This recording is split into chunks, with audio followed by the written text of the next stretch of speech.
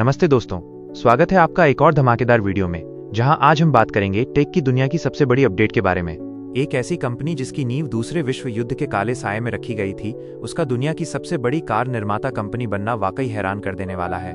इसके पीछे कोई जादू नहीं, बल्कि एक ऐसी क्रूर और सटीक सीक्रेट स्ट्रैटेजी थी जिसने टोयोटा और जनरल मोटर्स जैसी दिग्गज कंपनियों को भी पीछे छोड़ दिया। हिटलर के सपने से ग्लोबल साम्राज्य तक।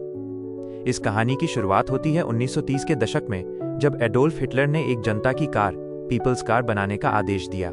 इसी से फॉक्सवैगन नाम पड़ा।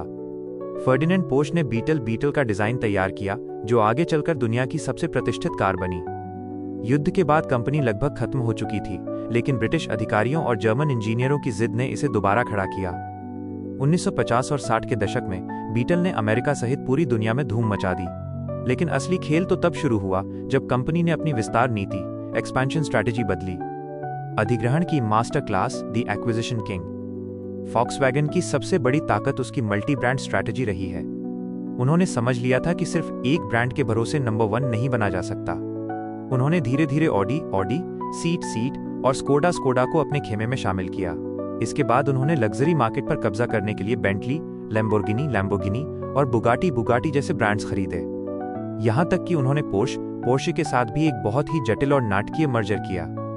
आज फॉक्सवैगन ग्रुप के पास बजट कारों से लेकर दुनिया की सबसे महंगी हाइपर कार्स तक का पोर्टफोलियो है। ये रणनीति उन्हें अलग अलग ग्राहकों तक पहुंचने और भारी मुनाफा कमाने में मदद करती है। प्लेटफॉर्म शेयरिंग, बचत का वो राज जो कोई नहीं जानता। फॉक्सवैगन की सफलता का सबसे बड़ा तकनीकी राज है उनका प्लेटफॉर्म शेयरिंग मॉडल। इसे MQB प्लेटफॉर्म कहा जाता है। सरल भाषा में कहें तो वे एक ही बेसिक चेसिस और इंजन डिजाइन का उपयोग कई अलग अलग कारों में करते हैं। उदाहरण के लिए एक ऑडी और एक स्कोडा के अंदरूनी पुर्जे और इंजीनियरिंग काफी हद तक समान हो सकते हैं, लेकिन उनकी बाहरी बॉडी और ब्रांडिंग अलग होती है। इससे कंपनी की रिसर्च और डेवलपमेंट R&D लागत अरबों डॉलर कम हो जाती है। जब आप एक ही मशीनरी से 10 अलग अलग मॉडल बना सकते हैं, तो आपका मुनाफा आसमान छूने लगता है। यही वो सीक्रेट है जिसने उन्हें मैन्युफैक्चरिंग में किंग बना दिया। चीनी बाजार पर कब्जा।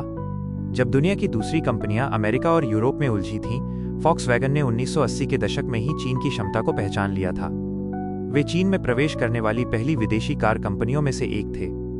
आज फॉक्सवैगन की कुल वैश्विक बिक्री का लगभग 40% हिस्सा अकेले चीन से आता है। उन्होंने वहां की स्थानीय कंपनियों के साथ जॉइंट वेंचर किए और चीनी ग्राहकों की जरूरतों के हिसाब से कारें बनाई। इस दूरदर्शिता ने उन्हें वो वॉल्यूम दिया जिसकी जरूरत दुनिया की नंबर 1 कंपनी बनने के लिए थी। डीजलगेट स्कैंडल, एक बड़ा झटका और वापसी। 2015 में फॉक्सवैगन एक बहुत बड़े विवाद में फंसी, जिसे डीजलगेट कहा जाता है। कंपनी ने अपनी डीजल कारों में एक ऐसा सॉफ्टवेयर लगाया था जो प्रदूषण टेस्ट के दौरान धोखाधड़ी करता था। इस घोटाले ने कंपनी की साख मिट्टी में मिला दी और उन्हें अरबों डॉलर का जुर्माना भरना पड़ा। सबको लगा कि फॉक्सवैगन अब खत्म हो जाएगी, लेकिन यहीं से उनकी हिला देने वाली नई रणनीति शुरू हुई।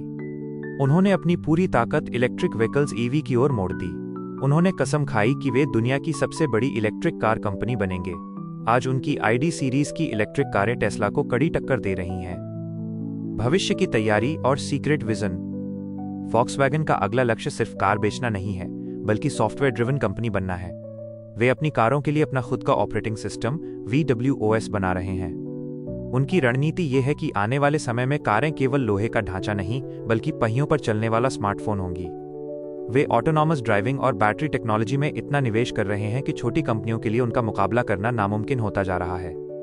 फॉक्सवैगन की कहानी हमें सिखाती है कि कैसे एक कंपनी अपने अतीत की गलतियों से सीखकर सही समय पर सही कंपनियों को खरीदकर और टेक्नोलॉजी में भारी निवेश करके दुनिया पर राज कर सकती है।